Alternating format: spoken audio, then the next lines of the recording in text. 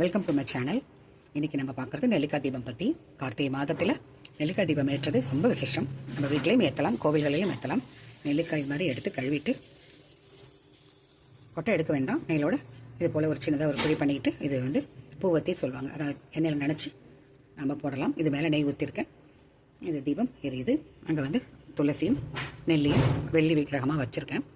உங்கள் வீட்டில் அது இருந்தால் வச்சுக்கலாம், இல்லைன்னா நீங்கள் சாதாரணமாகவே இதை நெல்லிக்காய் தீபம் ஏற்றலாம். இந்த கார்த்திகை மாதம் ஹரிஹர மாதம் அப்படி சொல்லுவாங்க.